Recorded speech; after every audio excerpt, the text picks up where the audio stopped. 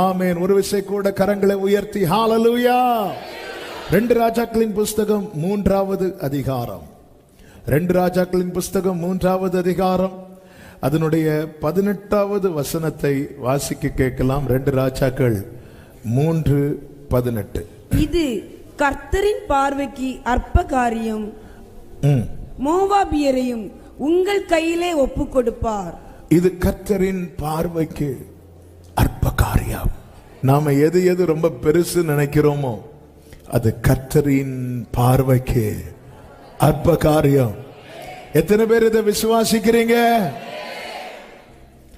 சொல்லிவிட்டு அடுத்த வார்த்தை என்ன சொல்லுகிறார்னா, மோவாபியரையும் உங்கள் கையிலே ஒப்பு கொடுப்பார். ஏன் இந்த வார்த்தையை சொல்லுகிறார்? இவங்க வந்தது எதுக்கு அப்படின்னா, தண்ணீர் இல்லை, வாழ்க்கையில ஒரு இல்லாத ஒரு சூழ்நிலைக்காக தேவ சமூகத்தில் வந்து நிற்கும் போது, நீங்க காற்றையும் காண மாட்டீர்கள், மழையும் காண மாட்டீர்கள், ஆனாலும் பள்ளத்தாக்கு தண்ணீரால் நிரப்பப்படும். அங்கேயே முடிச்சிருக்கலாம். அதுவே ஹெவியான ரேமா, அதுவே தாராளம் போதுமானது. கர்த்தருக்கு மகிமை உண்டாவதாக அப்படி சொல்லிட்டு, இது கர்த்தரின் பார்வைக்கு அப்படியும் முடிச்சிருக்கலாம். அங்கேயும் ஃபுல் ஸ்டாப் வைக்காம ஆண்டவருடைய வார்த்தையினுடைய விசேஷம் என்ன தெரியுமா? எங்க ஃபுல் ஸ்டாப் வைக்கணும்னு தீர்மானிக்கிறது நாம கிடையாது. நம்ம பிரச்சனை என்னன்னா, நமக்கு வேண்டியதை மட்டும் எடுத்துட்டு மீதிய விட்டுறோம். அல்லேலூயா. ஆண்டவர் எங்க ஃபுல் ஸ்டாப் வைக்கிறாரோ அது வரைக்கும் நமக்கு ரேமா. ஆண்டவர் நல்ல கவனிங்க, நாம வேண்டிக் கொள்வதற்கு மாத்திரமல்ல, நாம் நினைப்பதற்கும். நம்ம நினைக்கிறதெல்லாம் வேண்டிக் கொள்ள மாட்டோம், ஆனா நினைக்கிறதெல்லாம் அவர் அறிவார். என் உதட்டிலிருந்து பிறக்கும் வார்த்தைகளை மட்டுமல்ல, என் உள்ளத்திலிருந்து பிறக்கும் நினைவுகளையும் என் கர்த்தர் தூரத்திலிருந்தே அறிவாராம். என் நிலைமை நன்றாய் அறிந்தவர், பாவி என்னை அழைத்தவர், மீறின பின்போ.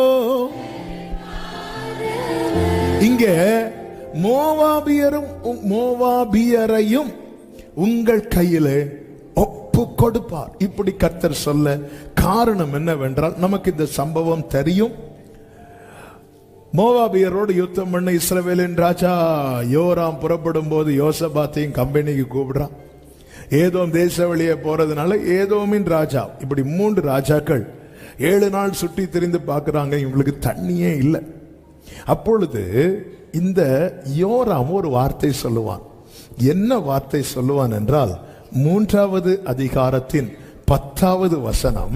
அப்பொழுது இஸ்ரவேலின் ராஜா, ஐயோ ஐயோ, இந்த 3 ராஜாக்களையும் கர்த்தர் மோவாபியரின் கையில் ஒப்பு கொடுக்க வரவழைத்தாரே. என்ன சொல்றான் அப்படின்னா, நாங்க வரல,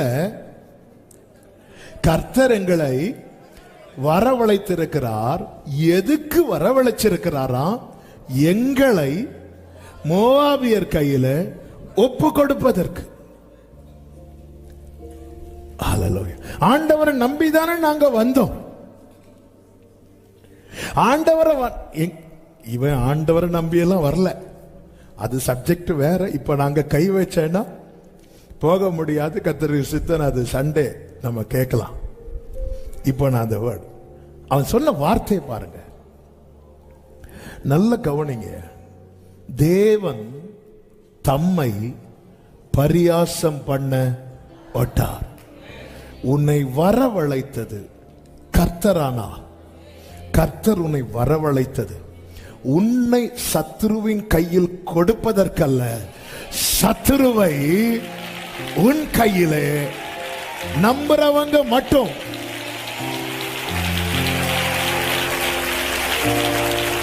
ஆமென். ஆனா சிச்சுவேஷன் எப்படி இருக்கும் தெரியுமா? நம்மை சத்துருவின் கையில கொடுப்பது போல தான் இருக்கும். எகிப்துக்கு யோசேப்பு எப்படி கொண்டு போகப்பட்டான் தெரியுமா? விலங்கிடப்பட்டு. அடிமை வஸ்திரம் தரிப்பிக்கப்பட்டு கர்த்தர் யோசேப்பை வரவழைத்தது எகிப்துக்கு யோசேப்பை கொடுப்பதற்கல்ல, எகிப்தின் பொக்கிஷத்தை, எகிப்தின் உயர்ந்த ஸ்தானத்தை யோசேப்புக்கு கொடுப்பதற்கு. இன்னைக்கு அநேகருடைய புலம்பல், அவங்க கையில என்ன கொடுத்துட்டாரு, இவங்க கையில போய் மாட்டிட்டேனே. இந்த யோராமை போல புலம்பிக் கொண்டிருக்கிறோம். இன்று பேசும்படி இந்த வேத பகுதியை வைத்து ஜெபித்த போது கர்த்தர் தெளிவாய் 3 காரியத்தை பேசினார். அதில் ஒரு காரியம்தான் இது, கர்த்தர் என்னை வரவழைத்திருக்கிறார். கர்த்தர் என்னை வரவழைத்திருக்கிறார். கர்த்தர் என்னை வரவழைத்ததன்னா, ஆமென், என் நிலைமை எவ்வளவு தலைகீழா போனாலும் என்னை கர்த்தர் சத்துருவின் கையிலே ஒப்பு கொடுக்க மாட்டார். சத்துருவை தான் கர்த்தர் என் கையிலே ஒப்பு கொடுப்பார். இயேசு சிலுவையிலே என்ன செய்தாராம்?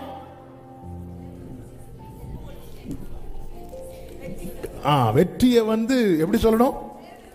இயேசு சிலுவையிலே வெற்றி சிறந்தார். ஆனா வெற்றி சிறக்க இயேசுவுக்கு என்னெல்லாம் நடந்துச்சு?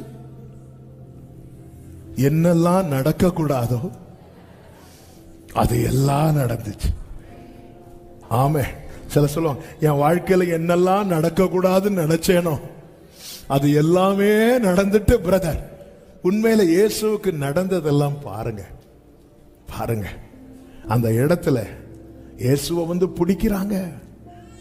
இயேசு என்ன சொல்லுவார் தெரியுமா? அதற்கு முன்பதாக, இதற்காகவே வந்தேன், பிதாவினால் அனுப்பப்பட்டார். ரிசல்ட் ஒண்ணு இருக்குல்ல, ரிசல்ட்ல இயேசுவின் தலை நசுங்கவில்லை, சத்துருவின் தலை அவர் கால் கீழே நசுக்கப்பட்டது. எத்தனை பேர் இந்த பகல் வேளையில நம்புறீங்க? என்னை கர்த்தர் அழைத்தது உண்டானா, என் சூழ்நிலை எல்லாம் எதிராக இருந்தாலும் என்னை சத்துருவின் கையில் ஒப்பு கொடுக்க மாட்டார். சத்துருவை என் கையில நம்புறவங்க மட்டும் சத்தமா தேவனுக்கு மகிமை ஆமென் சொல்லுங்க பார்க்கலாம். ஆமென் என்று சொல்லி, ஆமென் என்று சொல்லி, ஹalleluya, ஹalleluya. மோசேக்கு 80 வயது. ஹalleluya. 80 வயதான மோசேய எகிப்துக்கு வரவழைக்கிறார். எகிப்துக்கு வரவழைக்கிறார். மோசே எகிப்தை விட்டு போனதே எதுக்குன்னா, பார்வோன் கையில சிக்கிடக்கூடாது. அப்படிதான் இருக்கு.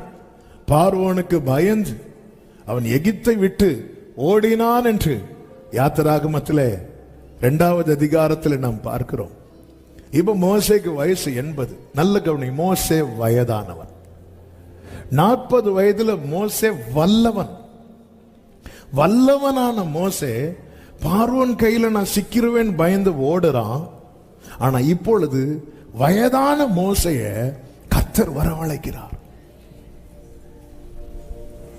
ஆமே. அதாவது சொல்லுவாங்க, வல்லவனுக்கு புல்லும் ஆயுதம், வயதானவனுக்கு எதுவுமே ஆயுதம் கிடையாது. வல்லவனுக்கு புல்லும் ஆயுதம், வயதானவனுக்கு ஏதுங்க ஆயுதம்? ஆயுதத்தை கையில பிடிக்க முடியுமா? தூக்க முடியுமா? வயதான மோசே கையில இருக்கிறது ஒரு தடி, ஒரு கோலு. கர்த்தர் வரவழைக்கிறார். நீ வா, நீ வா, பார்வோன்ட்டு போ. ஆரோன்ட்டு போன்னு சொன்னாலாவது கொஞ்சம் ஆறுதலா இருக்கும். பார்வோன்ட்டு போன்னு சொன்னதும் பயங்கரமா இருக்கும். ஆமாம். சில நேரத்தில் கர்த்தர் வரவழைக்கிறது ஆரோன்ட்டு போகல, பார்வோன்ட்டு போகிறதுக்கு. ஆரோன்னாலாவது கொஞ்சம் ஆறுதல். அவன் என்ன பார்த்ததும் கட்டி பிடிப்பான், கிஸ் பண்ணுவான், தம்பி நல்லா இருக்கியா, சும்மாவாவது விசாரிப்பான். சிலர் நம்மள சும்மாவாவது நல்லா இருக்கீங்களா கேட்பாங்க. ஹல்லேலூயா. ஆமென்.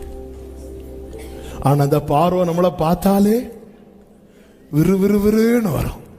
என்ன கர்த்தர் வரவழைத்தது ஆரோன பார்க்கிறதுக்கு அல்ல, பார்வோன பார்க்கிறதுக்கு. ஆமென். வல்லவனா இருந்த போதே அவ்வளவு தூரம் ஓடனே, இப்ப வயதானவனா இருக்கிற என்ன ஏன் வரவழைக்கிறார்? எப்படி என்ன மாட்டி விட்டுருவாரோ? இல்ல, இல்ல இல்ல. வயதான மோசைய கர்த்தர் வரவழைத்தது மோசைய பார்வோன் கையில ஒப்பு கொடுப்பதற்கல்ல, பார்வோனையும் அவன் சேனையும் மோசே கையில. ஆமே. பார்வோனே, உன் சத்துருவின் முடிவு மோசே உன் கையில தான் இருக்கு, என் கையிலயா இருக்கு. நான் என்ன செய்ய, நீயும் கையை நீட்டு. அவன் செய்யறதெல்லாம் கர்த்தர், ஆனா மோசே உன் கையில தான் இருக்கு. சத்துரு நினைச்சிட்டான் உன் தலையெழுத்து அவன் கையில இல்ல, மோசே அவன் தலையெழுத்து உன் கையில இருக்கு. ஆண்டவரே, நான் என்ன செய்யணும்? நீ உன் கையை நீட்டு, நீ உன் கையை நீட்டு. பார்வோன் சிங்காசனத்திலிருந்து இப்படி கையெல்லாம் நீட்டி பார்த்தான். மோசே, நான் ஒன்னும் ஒப்பு கொடுக்கல. ஆனா மோசே, நீ நிக்கிறது வனாந்தரம், நீ நிக்கிறது சிவந்த சமுத்திரத்துக்கு முன்னாடி. நீ உன் கையை நீட்டு, உன் கண்ணுக்கு முன்னாடி பார்வோனும் அவன் சேனையும் ஒரு திரி அணைகிறது போல. இது எப்படி சாத்தியமாச்சு? 40 வயதில் வல்லவனான மோசைக்கு சாத்தியமாகாதது வயதான மோசைக்கு எப்படி சாத்தியமாச்சு? இது மோசையா வந்தது அல்ல, கர்த்தர் வரவழைத்தது. யோராம், நீ என்ன சொன்ன? கர்த்தர் எங்களை ஒப்பு கொடுக்க வரவழைத்தார்கள். இது கர்த்தர் வரவழைத்ததானா? எழுதி வச்சுக்கோ, மோவாபியரை உன் கையில ஒப்பு கொடுப்பா. வயதான மோசே வரவழைத்து பார்வோனையும் அவன் சேனையும் ஒப்பு கொடுத்தான். இளைஞனான தாவீதை வரவழைக்கிறார். யுத்த களத்தில் அவனுக்கும் யுத்தத்துக்கும் சம்பந்தமே கிடையாது. கோலியாத் தாவீதை பார்த்து அவன் எப்படி இருக்கிறவனா பார்க்கிறானா? இளைஞனா இருக்கிறான். சின்ன பையன். இவன் கையில் ஆயுதம் இல்லை, பட்டயம் இல்லை, ஈட்டி இல்லை. அவன் இவனை பார்த்து அசட்டை பண்ணினான். 1 சாமுவேல் 17:42 சொல்லப்பட்டிருக்கிறது. பெலிஸ்தியன் சுற்றி பார்த்து தாவீதை கண்டு அவன் இளைஞனும் சௌந்தரிய ரூபமான சிவந்த மேனே, ஐயோ பிள்ளை வீட்டுக்குள்ள இப்பதான் வெளியே வந்திருக்குது, வெயிலே படாத பிள்ளை, அவனை இப்படி எல்லாம் அசட்டை பண்ணினான். கர்த்தர் இவனை வரவழைத்தார். தாவீதுக்கு நல்ல நிச்சயம் இருந்தது, நான் வந்ததற்கு. உண்மையிலே தாவீத அங்க அனுப்புனது எதற்காக? தகப்பன் ஈசாய் அனுப்புனது சாப்பாடு கொடுக்க, கர்த்தர் அனுப்புனது யுத்தம் பண்ண. ஆமே. சிலர் மூலமாய் நாம் அனுப்பப்படுவோம். அவங்களுக்குள்ள நம்மை குறித்த பெரிய திட்டம் இருக்கணும்னு அவசியம் கிடையாது. ஆனால் நான் போகும் வழியை ஈசாய் நினைச்சிருப்பாரு, அங்க போய் யுத்தம் பண்ணி என் பிள்ளை ஜெயிக்க போறான். ஈசாய்க்குள்ள தாவீதை குறித்த திட்டம் கிடையாது. சில நேரத்தில் நம் பெற்றோருக்குள்ள கூட நம்மை குறித்த நல்ல திட்டம் இருக்காது. ஆனால் நாம் தோன்றும் முன்னமே நம்மை தெரிந்தெடுத்த தேவனுக்குள்ள நம்மை குறித்த திட்டம் இருக்கும். ஈசாய்க்கு ஏதாவது தெரியுமா? போய் விசாரிச்சுட்டு வா, அவ்வளவுதான். ஈசாய்க்குள்ள திட்டம் இல்லை தாவீதை குறித்து, எந்த திட்டமும் இல்லை. ஆனால் தாவீதுக்கு ஒரு வேர் உண்டு. தாவீதுக்கு குமாரனாய் வந்தவர். ஆமே. எங்க அப்பா என்ன பத்தி என்ன நினைக்கிறாங்க, எங்க அம்மா என்ன பத்தி என்ன நினைக்கிறாங்க, இது அல்ல தாவீது மைண்ட்ல இருக்கிறது. என்னை அழைத்தவர், என்னை அபிஷேகித்தவர் என்னை பத்தி என்ன நினைக்கிறார். எனவே என்னை எந்த ஒரு இடத்துல தேவன் அனுப்பினாலும், என்னை எந்த ஒரு இடத்துல என்னை கொண்டு வந்து நிறுத்தினாலும், என்னை சத்துருவின் கையில் ஒப்பு கொடுப்பதற்கல்ல, சத்துருவை என் கையிலே ஒப்பு கொடுப்பதற்காக. இளைஞனான தாவீதின் கையிலே கோலியாத் ஒப்பு கொடுக்கப்பட்டான். இன்னொருவன் உண்டு, பயந்தவன். ஒரு பயந்தவன் சொல்லுங்க பைபிள்ல, கிதியோன். பயந்தவன நீ போ, உன்னை அனுப்புகிறது நான் அல்லவா. ஆண்டவரே, நான் ஆண்டவரே, என் கோத்திரம் ரொம்ப சின்னது, என் வீடு ரொம்ப சின்னது, என்னெல்லாமோ சொல்லி பார்க்கிறேன். நான் கூட இருப்பேன். ஆமென். பராக்கிரமசாலியே, உங்களுக்கே நியாயம் இருக்கு ஆண்டவரே. நீங்க பராக்கிரமசாலின்னு சொல்லும் போதே நான் பயந்துதான். பயப்படாதுன்னு சொன்னாலே நம்ம என்ன செய்வோம்? பயப்படுவோம். ஆமென். ஆண்டவர் யோவானுக்கு காட்சி கொடுக்கிறார். நான் அல்பாவும் ஓமேகாவும் இருக்கு. அவன் செத்தவனை போல. ஆமென். ஒரு செய்தி முடிக்கக்குள்ளே ஆளு அவுட்டு. ஆண்டவர் திருப்பி வச்சு பயப்படாத பயப்படாத வா இளவு. நமக்கு நம்மளை பார்த்து பயப்படாதுன்னு சொன்னாலே நமக்கு நெஞ்சு நின்றுட்டு தான் வர. கொஞ்சம் மெதுவா சொல்லக்கூடாதா? ஆமென். கர்த்தர் நல்லவர். சில நேரத்தில் கொஞ்சம் சத்தம் போடும்போது தெரியும். சிலர் தூக்கத்துல துள்ளி எழும்பி க்ளோரி ஹalleluya. ஆமென். அப்படி பயந்தவனாக்க யாரு? கிதியோன். அவனை வந்து பராக்கிரமசாலி என்கிறார். ஆமென். சில நேரத்தில் ஆண்டவர் வந்து நயங்காட்டி அழைப்பார்.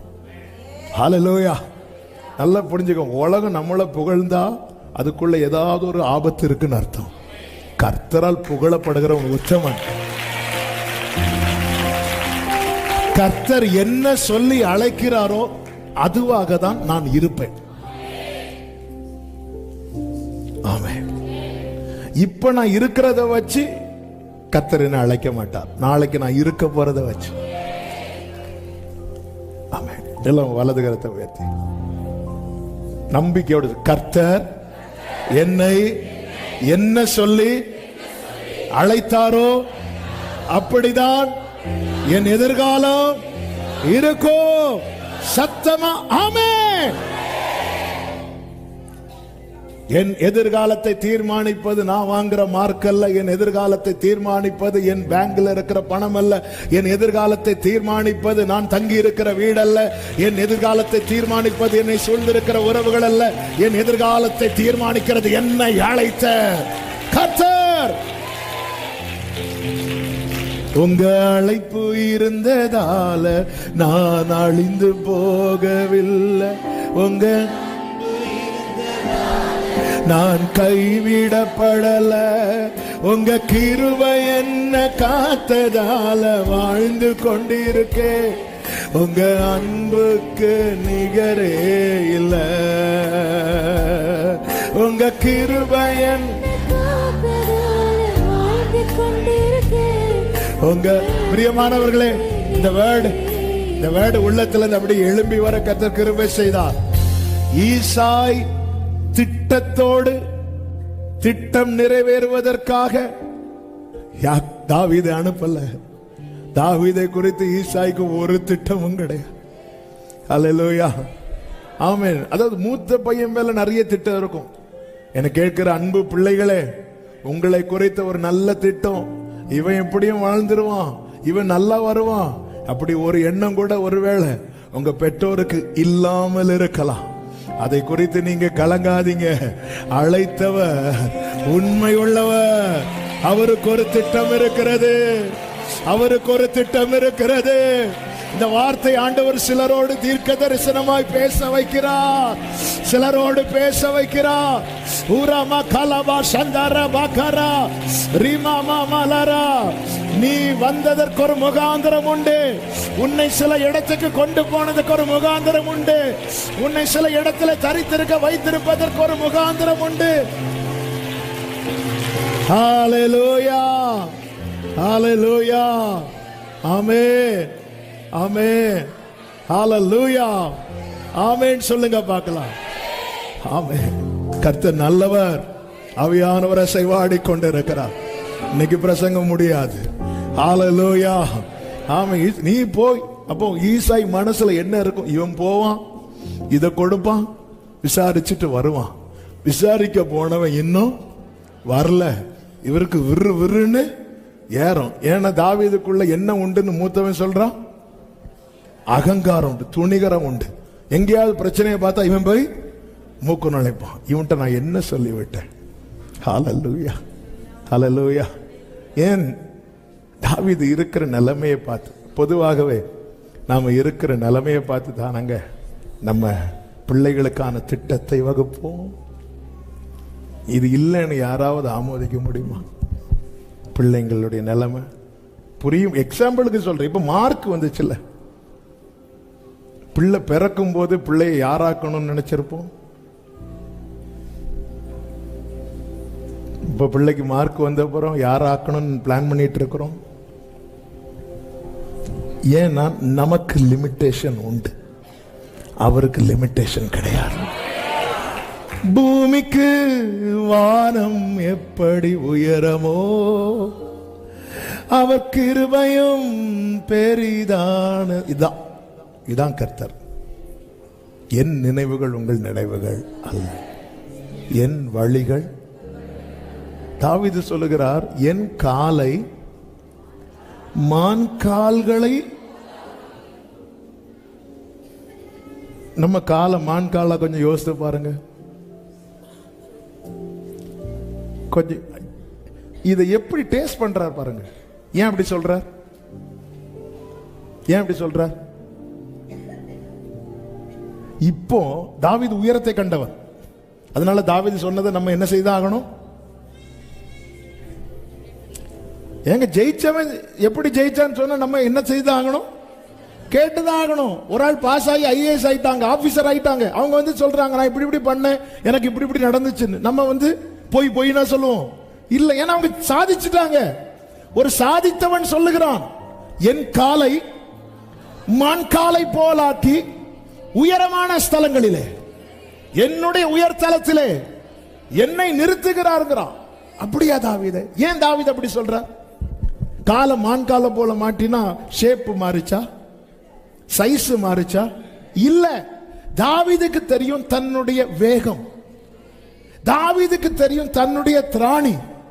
இன்று நான் இருந்த நிலையிலிருந்து இன்னைக்கு இப்படி ஒரு நிலையில நான் வரணும்னா, ஒரு மான் எவ்வளவு வேகமா ஓடுமோ அப்படி ஓடினால் மட்டும்தான் இந்த ஸ்தானத்தை அடைய முடியும்.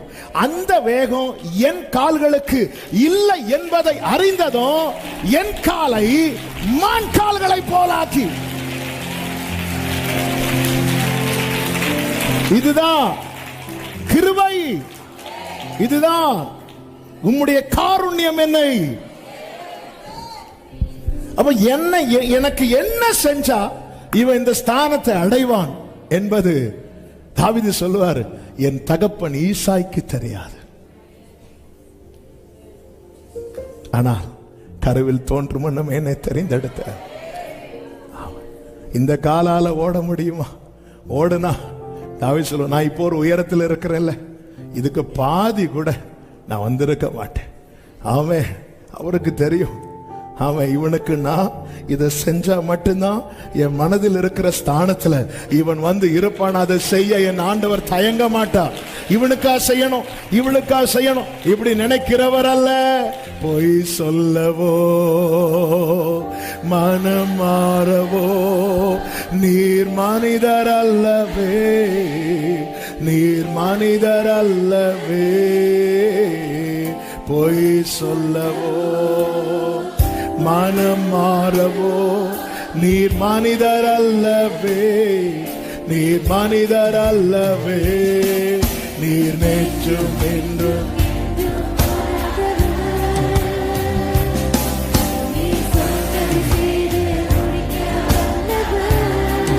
காலங்கள் மாறலாம், காலங்கள் ஓராமா சேமாமரோ ரிமாம்ரே லரே. நீரோ என்று மாறாதவர்,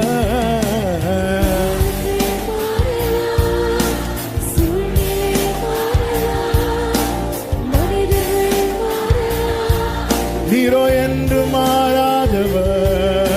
ஹல்லேலூயா, ஹல்லேலூயா. பயந்தவனை பார்த்து பராக்கிரமசாலி என்றார். அவனை மீதியானியர் இருக்கிற இடத்துக்கு கொண்டு போகிறார். கொண்டு போய் மீதியானியர் கையில் அவனை அல்ல, அவன் கையிலே மீதியானியரை ஒப்பு கொடுத்தார். கர்த்தர் உங்களை வரவழைத்தது உண்மையானால் உங்களை சத்துருவின் கையில் அல்ல, சத்துருவை உங்கள் கையிலே. நம்பிக்கையோடு கைகளை தட்டி ஆமென் என்று சொல்லு. இரண்டாவது காரியம்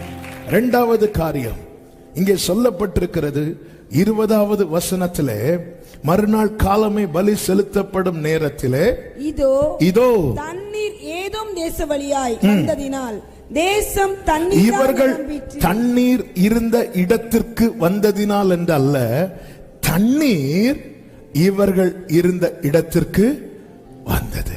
இதுதான் சத்தியம். இரண்டாவது சொல்லப்படுகிற இன்றைய செய்தி என்னவென்றால், இவர்கள் எதை தேடி போனார்கள் தெரியுமா?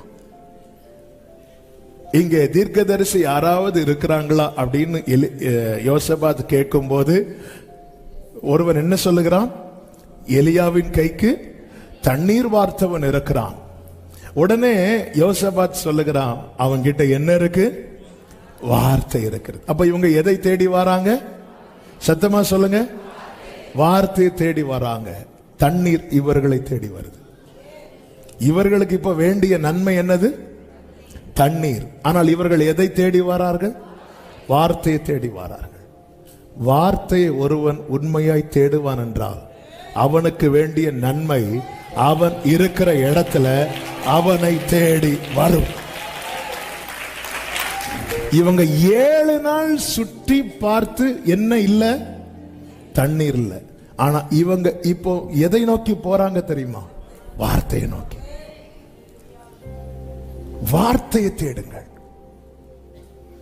இப்போ அவர் சமீபமா இருக்கிற டைம், அவரை கண்டடையத்தக்க சமயம். ஒரு காலம் வரும் சபையே, ஒரு காலம் வரும், வசனம் கேட்க கூடாத பஞ்ச காலம். ஜனங்கள் அலைவாங்கலாம். எதுக்கு தெரியுமா? வார்த்தைக்கு.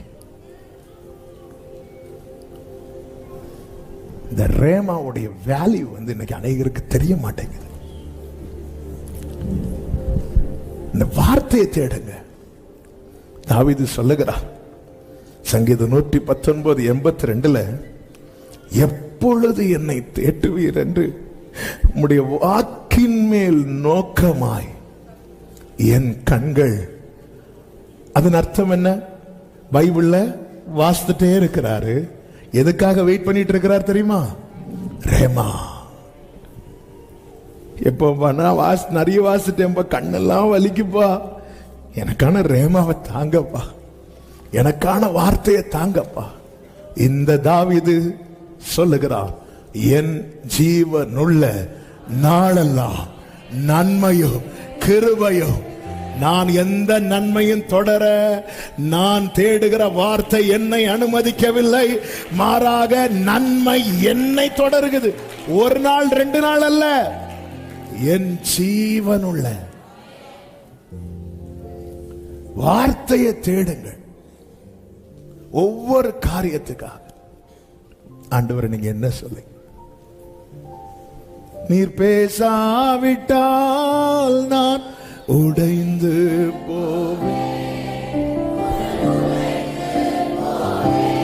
சரியான ஒரு வார்த்தை கிடைக்கலன்னா வார்த்தையை தேடி பழகிறவங்களுக்கு முகம் காட்டி கொடுக்கும். ஆமென். இயேசுவ வசனம் கேட்கறதுக்காக இயேசு ஒரு கூட்டம் இறங்கினாங்க. சீஷர்கள் இவங்களை அனுப்பி விடுங்க அப்பம் வாங்குறதுக்குன்னு சொன்னாங்க. இயேசு சொன்னார், உட்கார வேண்டார். அவன் வந்தது வசனத்தை தேடி. அவன் வாழ்க்கையில அப்பத்தை தேடி அலைய நான் விட மாட்டேன். உட்கார வை. பைபிள் சொல்லுகிறது, அவர்களை அவர் ஜனங்களை புல்லின் மேல் பந்தி இருக்க கட்டளையிட்டு அங்க உட்கார வை. அவ்வளவுதான். ஆண்டவர் கொடுத்தார் கொடுத்தார் கொடுத்தார். ஜனங்கள் எல்லாரும் சாப்பிட்டு திருப்தி அடைந்தார்கள். ஆண்டவர் சமூகத்தில் இருந்த எந்த காரியத்தையும் சொல்லிட்டு, ஆண்டவரே இதுக்கு நீங்க என்ன பேசுறீங்க ஆண்டவரே, அப்படி ஜெபம் பண்ணிட்டு ஜெபத்தோடு பைபிள் எடுத்து வாசிங்க. சில நேரத்தில் திறந்ததும் கண்ணில் காட்டுவார், சில வாசிக்க வைப்பா, சில பகுதியை வாசிக்க வைப்பா. வாசிங்க. ஒன்னும் பேசலையா? திரும்ப வெயிட் பண்ணுங்க ஆண்டவர்கிட்ட. நமக்கான ரேமா வரும்போது என்ன ஆகும் தெரியுமா? எம்மாவிற்கு போன சீஷர்கள் சொன்னார்கள், அவர் வேதத்தை நமக்கு விளக்கி காட்டின போது நம்முடைய இருதயம் கொழுந்து விட்டு எறியவில்லையா? அதனாலதான் பார்த்திருக்கீங்களா, சில வேர்டு வரும்போது நமக்கான ரேம வந்ததுக்கு அப்புறம் அடுத்த செர்மன் நமக்கு மண்டையில ஏறாது, வரும். ஆனாலும் இதுதான் நமக்குள்ள போட்டு என்ன ஆயிட்டு இருக்கோம்னா பிடிச்சு எடுத்துட்டே இருக்கும். வார்த்தையை தேடுங்க. ஆவியானவர் சபைகளுக்கு சொல்லுகிறது, அவரை அப்பா என்று அழைக்கிற தேவ பிள்ளை அப்பத்துக்கு அலைந்து திரிவத, ஒரு நீதிமானுடைய சந்ததி அப்பத்துக்கு அலைந்து திரிவையவே அவர் விடமாட்டார்னா, மகா நீதிபரரை அப்பா என்று அழைக்கிற அன்பு உள்ளமே என் வாழ்க்கையில வலது கரத்தை உயர்த்தி, அப்பா ஆண்டவரே நான் உங்களை அப்பான்னு கூப்பிடுறேன். நான் உங்க ஆண்டவர் இந்த உலகத்துல ஒரு நன்மைக்காக நான் அலைந்து திரிகிற நிலைமை எனக்கு வரவே கூடாது. அப்படியே ஒரு ஜெபம் பண்ணுங்க, அப்படியே ஒரு ஜெபம் பண்ணுங்க, அப்படியே ஒரு ஜெபம். நான் உங்களை அப்பான்னு கூப்பிடுறேன் ஆண்டவரே. ஹல்லேலூயா. அப்பான்னு கூப்பிடுற பிள்ளை சரியில்லை, ஆனா என் அப்பா சரியானவர். என் அப்பா மகா நீதிபரர். நான் உங்களை அப்பான்னு அழைக்கிறவன், நான் உங்களை அப்பான்னு அழைக்கிறவன்.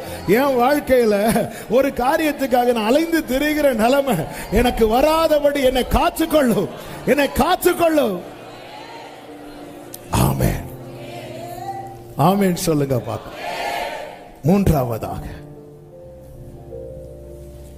20வது வசனத்தை வாசியுங்கள். மறுநாள் காலமே பலி செலுத்தப்படும் நேரத்தில், மறுநாள் காலமே, மறுநாள் காலமே என்னதன் அர்த்தம்? தாமதிக்காது, தாமதிக்காது, தாமதிக்காது. பைபிள் என்ன சொல்லப்பட்டிருக்கிறது? குறித்த காலத்துக்கு என்று. அப்ப தேவனுடைய காரியம் எல்லாம் சரியான நேரத்தில் நடைபெறும். சரியான நேரம். இந்த இடத்துல இவங்களுக்கான சரியான டைம் ஆண்டவர் குறித்து வைத்திருந்தார். Next day morning. அப்ப வார்த்தையை ஒருத்தன் வாங்கிட்டான்னா அவனுடைய அடுத்த நாள் ஒரு சரியான விடியலை நாள். இதை நான் கொஞ்சம் தியானித்த போது, ஒருவேளை டிலே ஆயிருந்தா என்ன ஆயிருக்கும், இங்க தாமதித்திருந்தா என்ன ஆயிருக்கும்? தாமதித்திருந்தா என்ன ஆயிருக்கும் தெரியுமா? யோராம் சொன்னது நடந்திருக்கும். அதாவது நம்ம விசுவாசத்தில் இருக்கும்போது நம்ம வீட்டில் அவிசுவாசத்தில் இருக்கிறவங்க நம்ம கூட இருப்பாங்க. இது ஃபேக்ட். நாம ஒன்று சொல்லுவோம், அவங்க இன்னொன்று சொல்லுவாங்க. நம்முடைய வாழ்க்கையில் நடக்க வேண்டியது சரியான நேரத்தில் நடக்கலைன்னா அவங்க சொன்னது தான் நடந்துட்டு இருக்கும். நான் சொன்னேன் பாத்தியா, நான் சொன்னேன் பாத்தியா, நான் சொன்னேன் பாத்தியா. வார்த்தையுடையவன் வாழ்க்கையில் அவன் சொன்னது நடந்தால் அவன் என்ன சொல்லுவான் தெரியுமா? கர்த்தர் எனக்கு சொன்னது நடந்துச்சு பாத்தியா. வார்த்தை இல்லாதவன் ஒரு காரியத்தை சொல்லி நடக்கும்போது அவன் என்ன சொல்லுவான் தெரியுமா? நான் சொன்னேன் பாத்தியா. இந்த இடத்துல தாமதித்திருந்த என்ன, இவங்க தளர்ந்திருப்பாங்க. இவங்க தளர்ந்தால் மோவாபியர் ஈஸியா வந்து தூக்கி இருப்பாங்க. அப்போ யோரோமின் ராஜா யோசபாத்தை பார்த்து சொல்லி, நான் சொன்னேன் இல்லை, நான் சொன்னேன் இல்லை. ஒரு 15 நிமிடம் இன்னும் இருக்கிறது, நான் முடிக்க போகிறேன். இனி நல்லா கவனிக்கணும். கர்த்தருடைய வார்த்தை என் வாழ்க்கையில நடக்க வேண்டிய நேரத்தில் நடக்கலைன்னா, என்னை சுத்தி என்ன சொன்னாங்களோ அது நடக்கும். அப்படி நடந்துட்டுன்னா என் வாழ்க்கையில கர்த்தருடைய நாமம் தூஷிக்கப்படும். அப்படி நடந்துடக்கூடாது. அப்படி நடக்காம இருக்கணும்னா என்ன செய்யணும் தெரியுமா? என்னால ஒரு தாமதம் வரக்கூடாது. என்னால தாமதம் வருமா? வரும். 400 வருடத்திலே விடுதலை, இதுதான் இஸ்ரவேலருக்கு தேவன் நியமித்தது. ஆனால் இஸ்ரவேலர் எகிப்திலிருந்து வெளியே வரும்போது 430 வருஷம் ஆச்சு. 30 years டிலே ஆச்சு. ஏன் டிலே ஆச்சு? ஒன்று, மோசே அழைப்பை தட்டிட்டே இருந்தான். டிலேயாக வேதனை அதிகமாயிட்டே இருந்துச்சு, நஷ்டங்கள் அதிகமாயிட்டே இருந்துச்சு. எனக்கான டைம் வரும்போது, மறுநாள் காலமே இந்த யோசபாத்தும் இவர்களையும் நீங்க பாத்தீங்கன்னா பலி செலுத்தப்படும் நேரத்தில் அதன் அர்த்தம் என்ன? வார்த்தையை பெற்றவன் பிரசன்னத்தில் இருக்கணும். வார்த்தையை பெற்றவன் பிரசன்னத்தை விட்டு இன்னொரு இடத்துல இருப்பான் என்றால் அவன் வாழ்க்கையிலே வார்த்தை தாமதமாகும். ஆதியாகமம் எடுக்க வேண்டாம், நோட் பண்ணிக்கோங்க. 17:1 கர்த்தர் ஆபிரகாமோடு என்ன சொல்லுவார் தெரியுமா?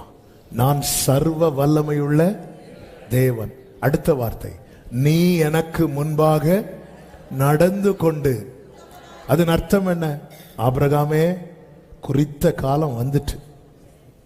அப்படிதான் பைபிள்ல இருக்கு. கர்த்தர் குறித்த காலத்துல, குறித்த காலம் வந்துட்டு, இந்த டைம்ல என் பார்வை விட்டு நீ அங்க இங்க போயிடக்கூடாது.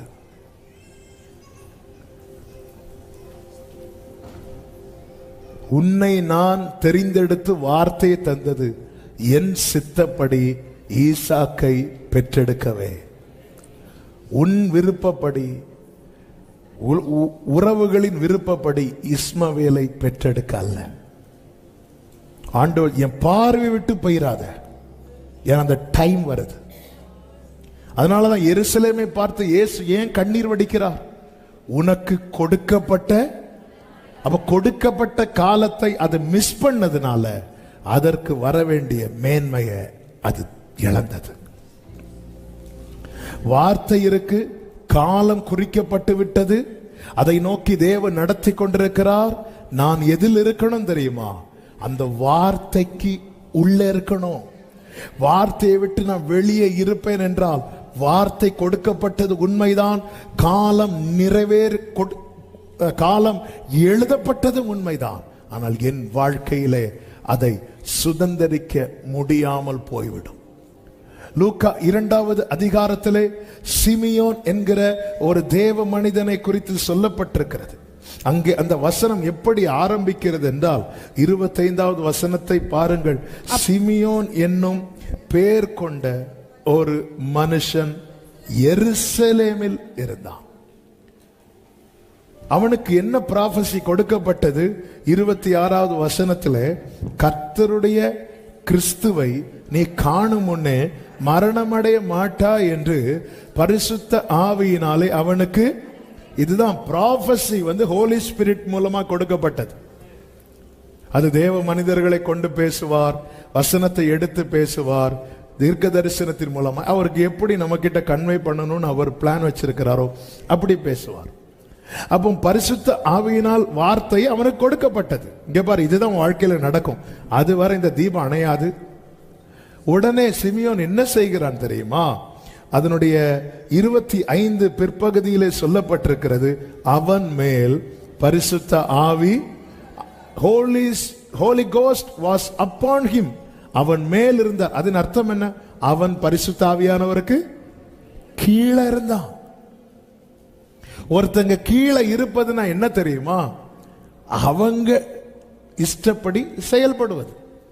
இளைய குமரன் தகப்பனை விட்டு போனது தகப்பன் மேல அன்பு குறைவினால் அல்ல, தகப்பனுக்கு கீழ் இருப்பதை விரும்பாததுனால. இயேசு கிறிஸ்து தம்மை தாமே தாழ்த்தி கீழ்ப்படிந்தவரானார். இயேசு பிதாவுக்கு சமமா இருப்பவர், ஆனா பிதாவின் இஷ்டப்படி செய்ய அவர் விரும்பினதுனால அவர் தம்மை பிதாவுக்கு கீழே வந்துட்டார். அவரே வந்தார், தம்மை தாமே வெறுமையாக்கி. நான் கீழே இருக்கிறேன், நான் உங்களுக்கு, நீங்க சொல்லுங்க, நான் செய்யறேன், நான் கீழே இருக்கிறேன். வாக்கு தத்தத்தை உடையவன் தன் இஷ்டம் போன போக்கில், தன் கால் போன போக்கில், தன் மனம் போன போக்கில் நடக்கவில்லை. தன் மாம்சத்தையும் மனசையும் பிரியப்படுத்த அவன் ஓடவில்லை. அப்படி ஓடி இருந்தால் இந்த வாக்கு தத்தம் என்பது அவன் வாழ்க்கையில் நிறைவேறாத ஒன்றா இருந்திருக்கும். அவன் என்ன செய்யறான் தெரியுமா?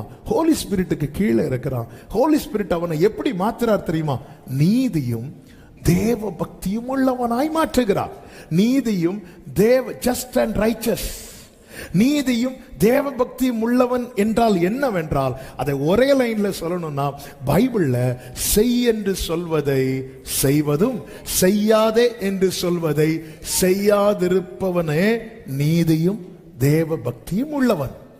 கர்த்தர் யார் அப்படி மாத்துறார் தெரியுமா? வாக்குத்தத்தமுடையவன. இல்ல எனக்கு தோணுனதெல்லாம் நான் செய்வேன், எனக்கு வேர்டு இருக்கு, எனக்கு சொல்லி இருக்கிறார். எத்தனை வருஷமா சொல்லிட்டு இருக்கீங்க சகோதரா, எத்தனை வருஷமா சொல்லிட்டு இருக்கீங்க சகோதரி? தேவன் தம்மை பரியாசம் பண்ண விட்டார். அந்தந்த காலத்துல செய்ய வேண்டியதை அவர் செய்வார். என் வாழ்க்கையில வாக்குத்தத்தம் நிறைவேறவில்லை என்றால் 2 ரீசன். 1, எனக்கான டைம் இன்னும் வரவில்லை. 2, என்னால் அது தாமதமாகிக் கொண்டிருக்கிறது. வாக்குத்தத்தம் மாறாது, ஆனா தாமதம் உண்டு. அதனாலதான் பைபிள் இருக்கு, தாமதித்தாலும் தாமதம் அவரால் வராது. ஏன்னா காலத்துக்கு உட்பட்டவர் அல்ல, காலத்தை உண்டாக்கினவர் அவர்.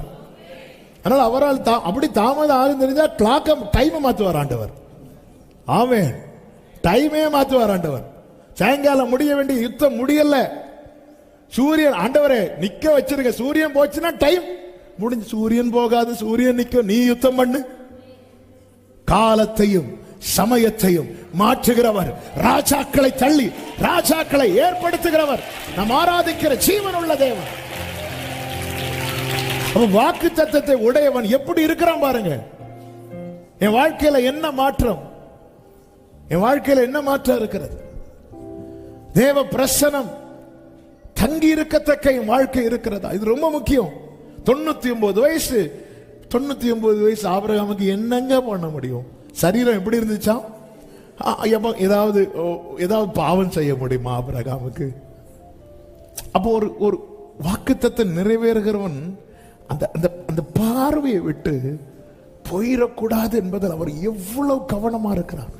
ஆபிரகாமே, எனக்கு ஒரு ஆசை இருக்கு. ஆபிரகாமே, என்ன ஆசை ஆண்டவரே? உன் வாழ்க்கை நாளைக்கு எப்படி எழுதப்படும் தெரியுமா? குறித்த காலத்தில் இவனுக்கு கொடுக்கப்பட்டது நிறைவேறிற்று. சில நேரத்தில் நம்மளை ஏன் ஸ்ட்ரிக்டா பிடிக்கிறார் தெரியுமா? நாளைக்கு நம்முடைய சரித்திரம் எழுதப்படும் போது, நம்முடைய தலைமுறைகள் எடுத்து வாசிக்கும் போது, எங்க முற்பிதாக்கள் வாழ்க்கையில, எங்க அப்பா அம்மா வாழ்க்கையில ஆண்டவர் சொன்ன வார்த்தை சொன்ன டைம்ல நிறைவேறினது. ஆமென். எங்க தாத்தாக்கு சொன்னது அப்படியே எங்க தாத்தா வாழ்க்கையில் நிறைவேறல, ஆனா எங்க அப்பா வாழ்க்கையில நிறைவேறும்னு பார்த்தேன், அதுவும் முடியல. இப்ப என்கிட்ட வந்திருக்கு. அதாவது நான் உன் வாயில் அருளிய வார்த்தை உன் வாயில் இருந்தோம். அது வார்த்தை இருக்கு, ஆள் இல்ல. வார்த்தை அடுத்து வாயில வந்துட்டு. ஆமே. எகிப்துல வேதனை இருந்தாலும் வேலை இருந்து வெளியே கொண்டு வந்துட்டார். எல்லாத்தையும் விட்டுட்டு வெளியே வந்தாச்சு. வெளியே வந்து எத்தனை பேர் சுதந்திரித்தார்கள்? எத்தனை பேர் சுதந்திரித்தார்கள்? ஏன் மற்றவங்களுக்கு? ஏன்னா மேகத்துக்கு கீழே இல்லாம விலகிட்டாங்க. எகிப்தை திரும்ப விரும்பினாங்க. அதாவது விட்டு வந்த காரியத்தை வேண்டான்னு வச்சிடணும். ஆண்டவர் அவர்களுக்கு கொடுத்த பனிஷ்மெண்ட்ல என்ன தெரியுமா? 1 என்னாகமம் 14:34 வாசியுங்கள். நீங்கள் தேசத்தை சுற்றி பார்த்த 40 நாள் லக்கத்தின்படி, 40 நாள் லக்கத்தின்படியே ஒவ்வொரு நாள் ஒவ்வொரு வருஷமாகவும் நீங்கள் 40 வருஷம் உங்கள் அக்கிரமங்களை சுமந்து என் உடன்படிக்கைக்கு வந்த மாறுதலை உணர்வீர்கள். அதாவது 40 நாள்ல நீங்க சுத்தி பார்த்துட்டு வந்துட்டீங்க. அப்ப இங்க இருந்து நீங்க டிராவல் பண்ணி போனா எத்தனை நாள்ல சுதந்திரிக்கலாம்? 40 டேஸ்ல நீங்க சுதந்திரிக்கலாம். ஆனா உங்க அக்கிரமத்தினால, உங்க பாவத்தினால ஒரு நாள் கடக்க வேண்டிய காரியத்தை நீங்க 1 இயரா கடப்பீங்க. 40 நாள்ல கிடைக்க வேண்டிய காரியம் உங்களுக்கு எத்தனை வருஷம் டிலே ஆகும் தெரியுமா? 40 வருஷம். இது எதனால் வந்தது? உங்கள் அக்கிரமம். ஈஸியா கிடைக்க வேண்டியது கடினமா மாறுது. சீக்கிரம் கிடைக்க வேண்டியது தாமதமாய் மாறுகிறது. இந்த இஸ்ரவேலர்கள் செய்த பாவம் என்னவென்றால், 1 கர்த்தருடைய கிரியைகளை மறந்தாங்க. எதை மறந்தாங்க தெரியுமா? நான் இரத்தத்தால் மீட்கப்பட்டவர் என்பதை மறந்தாங்க. என்னை கர்த்தர் எகிப்திலிருந்து வெளியே கொண்டு வந்தது சும்மா இல்ல, ரத்தம். என்ன ரத்தம் சிந்தி எகிப்தை விட்டு வெளியே கொண்டு வந்தார்னா எனக்குள்ள என்ன இருக்கக்கூடாது? எகிப்து இருக்கக்கூடாது. ஆனா இவங்க திரும்பவும் இவங்களுக்கு எகிப்தை நோக்கி எகிப்த நினைக்கிறாங்க, எகிப்த பேசுறாங்க, எகிப்திலிருந்து வெளியே வந்து எகிப்த மேன்மையா பேசுறாங்க. இது ஆண்டவருக்கு எவ்வளவு வேதனை. இது உனக்கு தெரியுமா? இதெல்லாம் எப்படிப்பட்டது தெரியுமா? ரட்சகர மேன்மையா பேச வேண்டிய வாயில உலக நட்சத்திரங்களை மேன்மையா பேசிட்டு இருக்கிறாங்க. அதன் அர்த்தம் என்ன? இவங்க மேகத்தை விட்டு விலகிட்டாங்க. ஆண்டவர் சொல்ற, நான் இவங்க கூட இருக்க மாட்டேன். ஆண்டவர் அதனால இவங்களுக்கு என்ன ஆண்டவரை கிடைக்கும்? ஒரே நாள்ல கிடைக்க வேண்டியது இவங்களுக்கு 1 வருஷம் ஆகும். 40 நாள்ல கிடைக்க வேண்டியது இவங்களுக்கு எத்தனை வருஷம் ஆகும்? 40 வருஷம். நான் அவரை விட்டு விலக கூடாது. அது மாத்திரமல்ல, அவர் என்னை விட்டு விலக கூடாது. சிம்சோனை விட்டு கர்த்தர் விலகினார். அதன் அர்த்தம் என்ன? சிம்சோன் இன்னும் நினைச்சிட்டு இருக்கிறான், கர்த்தர் என்னோடு இருக்கிறார், கர்த்தர் என் கூடவே இருக்கிறார். இல்ல. ஹல்லேலூயா. பிரியமான கர்த்தருடைய பிள்ளைகளே, ஆண்டவராகிய இயேசு கிறிஸ்து எடுத்துக்கொள்ளப்படுவதற்கு முன்னமே வாக்குத்தத்தத்தை குறித்து இஸ்ரவேலருக்கு சீஷர்களுக்கு சொல்லும் போது லூக்கா சுவிசேஷம் 24வது அதிகாரம் அதனுடைய 49வது வசனத்திலே இப்படி சொல்லப்பட்டிருக்கிறது. என் பிதா வாக்குத்தத்தம் பண்ணினதை, நான் வாசிக்கிறேன். என் பிதா வாக்குத்தத்தம் பண்ணினதை இதோ நான் உங்களுக்கு அனுப்புகிறேன். அடுத்த வார்த்தை, நீங்களோ, ரொம்ப ரொம்ப முக்கியமான வார்த்தை, உன்னதத்திலிருந்து வரும் பலனால் தரிப்பிக்கப்படும் வரைக்கும் எருசலேம் நகரத்திலே, அதன் அர்த்தம் பிரசன்னத்தை விட்டு விலகிறாத, பிரசன்னத்தை விட்டு விலக்கும் காரியத்துக்கு இடம் கொடாத. ஆமே. இவங்க அப்படி இருந்ததுனால 10 நாள்ல, எல்லாரும் சொல்லுங்க, 10 நாள். யோசபாத்திட்ட கேட்ட என்ன சொல்ல தெரியுமா? நெக்ஸ்ட் டே, மறுநாள் காலமே. இதுதாங்க நம்ம சாட்சியா இருக்கணும். கர்த்தர் எனக்கு வார்த்தையை தந்தார், என்னை வெயிட் பண்ண வச்சார். இத்தனை வருஷத்துல, இவ்வளவு நாள்ல, இத்தனை நேரத்துல எனக்கு காரியம் நடந்து, நானும் இருக்கேன். வேதம் என்ன சொல்லுகிறது? அவருடைய ரட்சிப்பு அவருக்கு பயந்தவர்களுக்கு சமீபமாயிருக்கிறது. என்ன வார்த்தைங்க! மறுநாள் காலமே. வேதத்துல ஒவ்வொரு வேர்ட் பை வேர்டு நம்மோடு பேசும். ஆண்டவர் கேட்கிறா, நீ வார்த்தையை தேடி வந்த, வார்த்தையை தந்துட்டேன், என்ன பண்ணிட்டு இருக்கிற? தேவ சமூகத்திலிருந்து பலி செலுத்த வேண்டிய நீ எந்த சமூகத்தில் இருக்கிற? எங்க இருக்கிற? உன் வாழ்க்கையில் தாமதத்துக்கு காரணம் நான் என்று சொல்லிக் கொண்டிருக்கிறாயோ? நான் மீண்டும் சொல்லுகிறேன், 2 காரியம் ஒரு வாழ்க்கையில வாக்குத்தத்தம் நிறைவேறவில்லை என்றால், ஒன்று வேளை இன்னும் வரவில்லை, இன்னொன்று நம்மால் தாமதம். நம்ம வேலை வரலன்னு நிர்விசாரமா இருக்கக்கூடாது. நம்முடைய வாழ்க்கையை நாம ஆராய்ந்து பார்க்கணும். வேலை வரல, உண்மைதான், ஒத்துக்கிறேன். ஆனா அதே டைம்ல என் வாழ்க்கையில என்ன மாற்றம், என் பார்வையில மாற்றம் உண்டானதா? என்னுடைய இருதயத்தில் மாற்றம் உண்டானதா? சிமியோன் என்கிற ஒரு மனுஷன் இருந்தான். அவன் நீதியும் தேவ பக்தியும். நேற்று வரை எனக்கு என்ன தோணுதோ அப்படிதான் நான் செய்வேன். எனக்கு எங்க போகணும் தோணுதோ அங்க போவேன். என்ன செய்யணும் தோணுதோ அதை செய்வேன். பிரசங்கியின் புஸ்தகம் இந்த வசனத்தை வாசித்து செபிக்கலாம். கடைசி அதிகாரம், 12வது அதிகாரம்,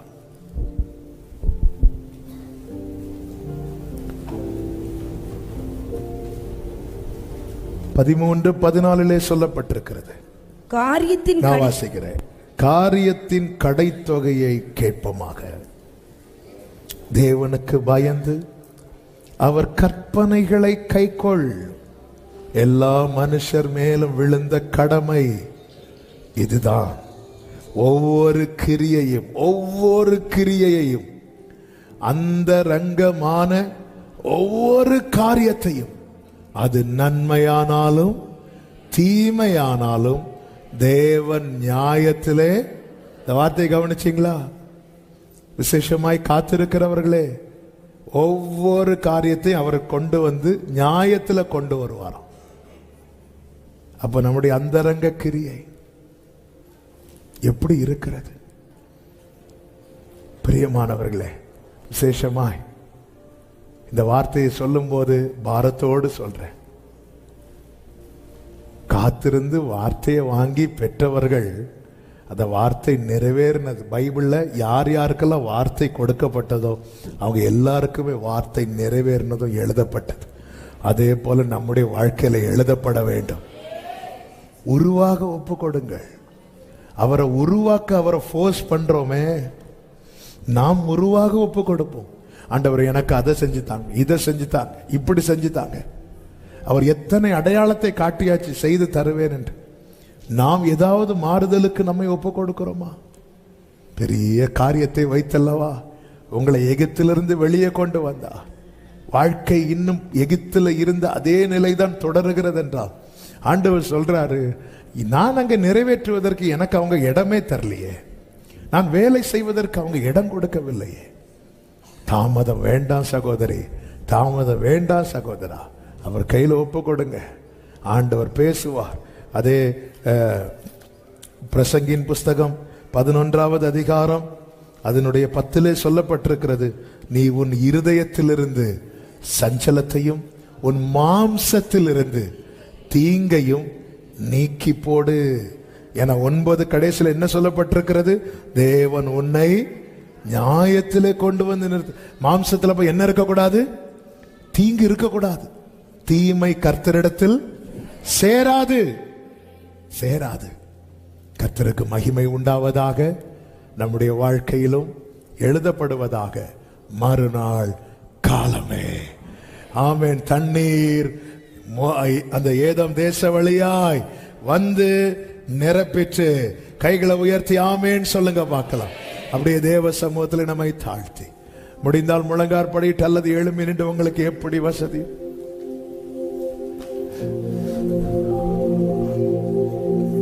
தகப்பனே, என்னால் ஏற்படுகிற தாமதத்துக்காக என்னை மன்னித்தருள். ஆண்டவர் சொல்லுகிறார் உபாகமம் 23:14 அவர் உன் பாளையத்தை சுற்றி உலாவிக் கொண்டிருக்கிறார். உன் பாளையத்திலே அசுசியான காரியத்தை கண்டு உன்னை விட்டு போகாதபடிக்கு உன் பாளையம் சுத்தமாயிருக்க கடவுள் நம்மை ஆலயமாய் தெரிந்தெடுத்திருக்கிறார்.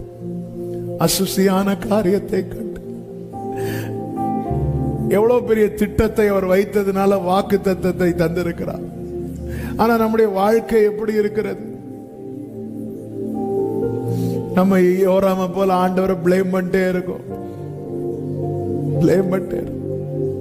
ஆராதனைக்கு குறைவு கிடையாது, விசுவாச அறிக்கைக்கு பஞ்சமே கிடையாது. தேவன் இல்லாத இடத்துல, தேவனை விட்டு தூரம் போற காரியத்துல நல்ல கவனிங்க. அந்த இளையகுமாரனுக்கு தகப்பன் மேல நம்பிக்கை உண்டு, தகப்பன் வீட்டை குறித்த நம்பிக்கை உண்டு. ஆனா அதை அவன் எப்போ அனுபவிச்சான் தெரியுமா? அந்த பன்றிகள் கூட்டத்திலிருந்து எழும்பி தகப்பனிடத்துல வந்த பிறகு.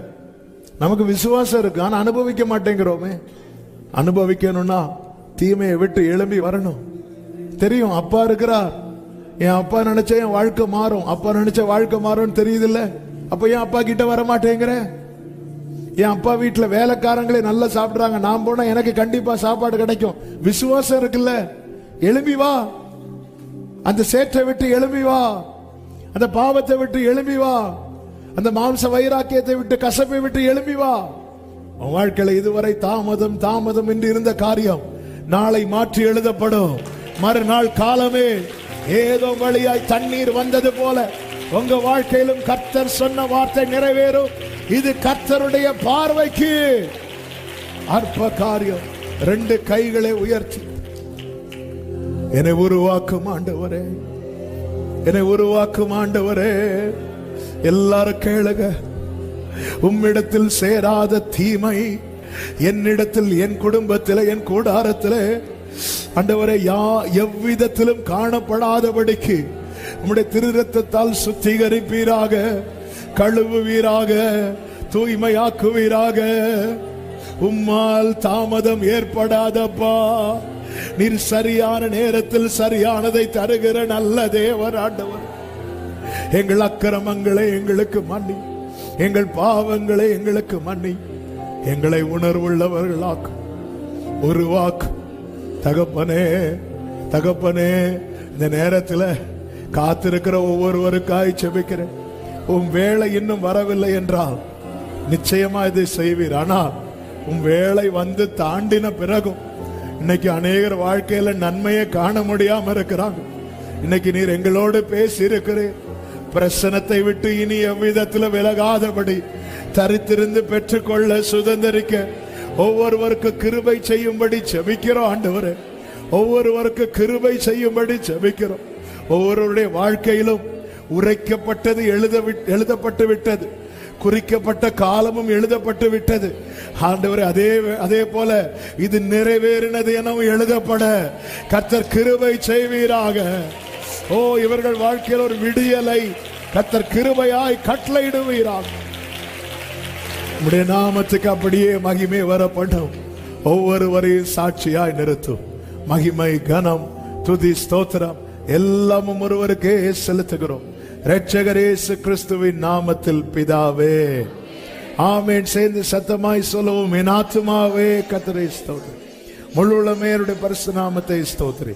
என் ஆத்துமாவே கர்த்தரை ஸ்தோத்திரி, கர்த்தர் செய்த சகல உபகாரங்களை மறவாதே. ஆமென். நம்முடைய கர்த்தராகிய இயேசு கிறிஸ்துவின் கிருபையும் பிதாவாகிய தேவனுடைய அன்பும் பரிசுத்த ஆவியானவருடைய ஐக்கியமும் சிநேகமும் பாதுகாவலும் நம் அனைவரோடும் எல்லா பரிசுத்தவான்களோடு கூட கர்த்தருடைய வருகை மட்டும் தங்கி இருப்பதாக. ஆமென். ஹல்லேலூயா. God bless you. கர்த்தர் உங்களை ஆசீர்வதிப்பாராக. ஆமென்.